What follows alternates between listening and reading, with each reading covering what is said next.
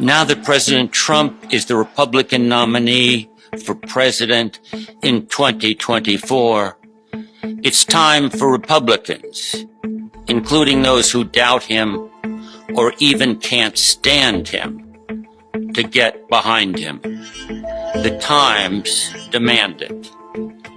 We are in a war fighting an enemy of revolutionaries that kick and spit on America. I call our enemy the woke regime or the group quota regime. This war is a contest between those who love America and those who hate it. But we do not have a commander-in-chief. You can't win a war without one.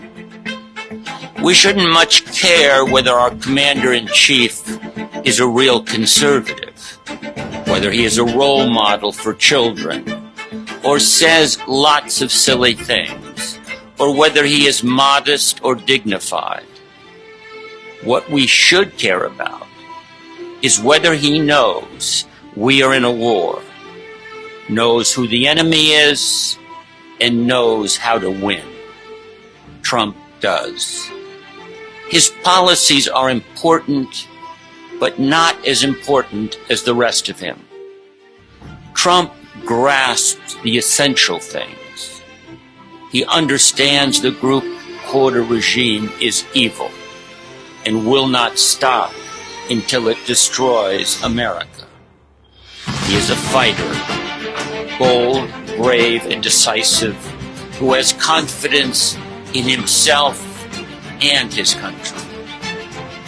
Trump never apologizes for America. He rightly believes America is the greatest country in history. Trump says, in effect, we have our culture. It's exceptional, and that's the way we want to keep it. And we won't keep it if we usher in millions of immigrants with cultures different from our own. Trump knows his job is to protect Americans and just Americans. Protect them not just from enemies abroad, but from the woke globalists within.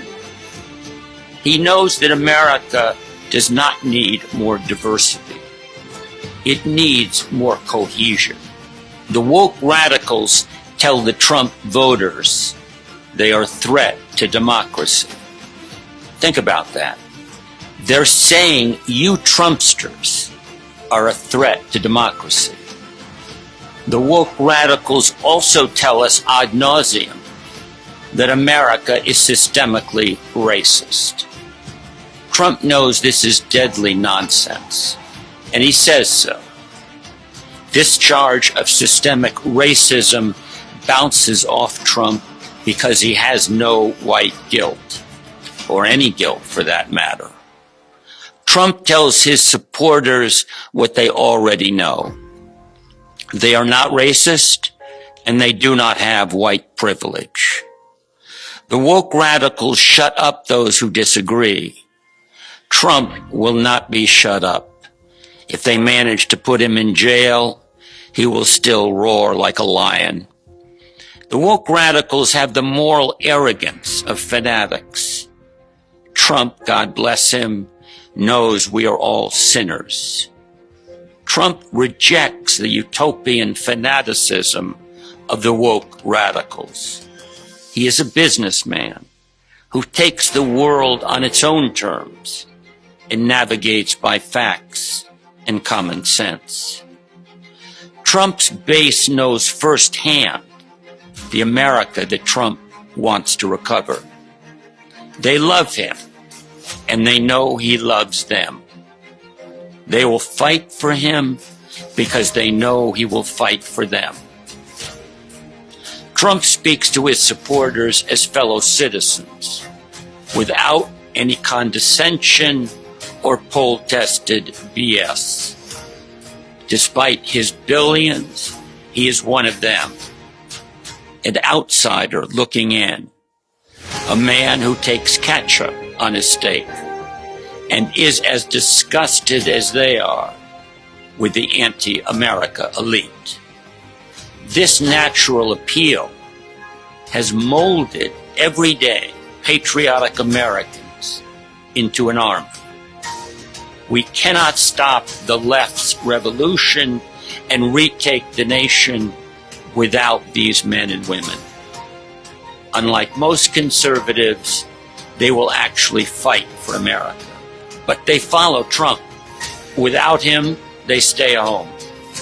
With him, they are united and determined. At his rallies, his audience invariably breaks into chants of USA, USA. In these moments, Trump and his audience mutually pledge to each other their fidelity and their sacred honor. His enemies hate him with an indescribable fierceness. Another Hitler, they say. Elect him and he will be a dictator. We should take this hysteria as reason for hope.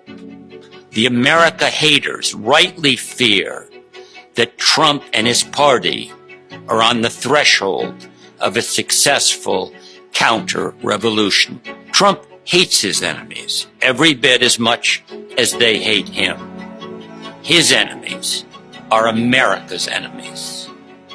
Trump is the most towering figure of our time. He has changed politics, not just in America, but in the West. If we are to take back America, we need someone who is unmovable, who has proven that he can stand up against the immensely powerful army of woke modernity that will attack him with all its might. Someone who will go after the deep state without pity or compassion. And someone who has the conviction that America is still the last best hope of Earth. That someone is Trump. Trump, the politician, came out of the blue. An unconventional commander against an unconventional enemy. Almost inconceivable as president at any other time. Trump fits this turbulent moment to a T. Is it too much to wonder whether the appearance of this most unconventional man is providential? Lincoln spoke of Americans as the almost chosen people. Trump gives us hope that the God who has never forsaken his almost chosen people will not do so now. Thank you.